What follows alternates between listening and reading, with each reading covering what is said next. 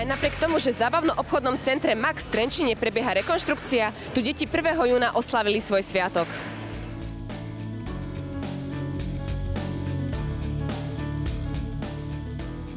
Počas dňa detí si v priestoroch zábavno-obchodného centra Max mohli detskí návštevníci vychutnať rôzne hry a súťaže. Je to super a bola som už skoro na všetkých aktivitách a ešte čakám na malovanie na tvár. Čo máš na tváričke? Motýla. Kto ti maloval? Teta? Ktorá hra sa ti najviac páči? Chytanie. Chytanie čoho? Rybiek. Ako sa ti tu dnes páči?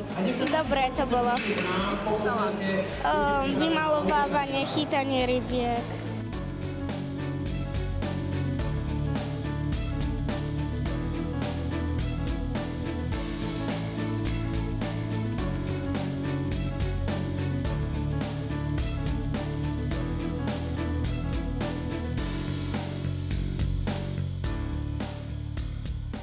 Jednou z hlavných atrakcií bolo vymaľovanie jedného dielu obrieho puzzle, ktoré bude výsledne merať až 28 metrov štvorcových a vytvorí tak nový slovenský rekord.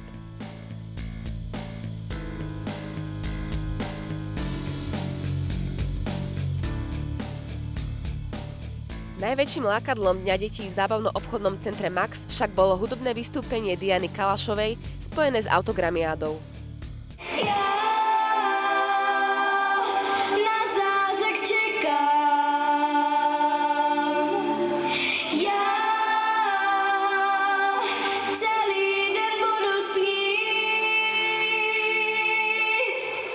Ako sa ti tu dnes spievalo v Maxe v Trenčine? Zpěvala se mi hezky, skvěle. I to publikum bylo strašně příjemný a bavila jsem se. Najbližšie sa môžete tešiť na Deň lezúňov, ktorý sa uskutoční už 15. júna.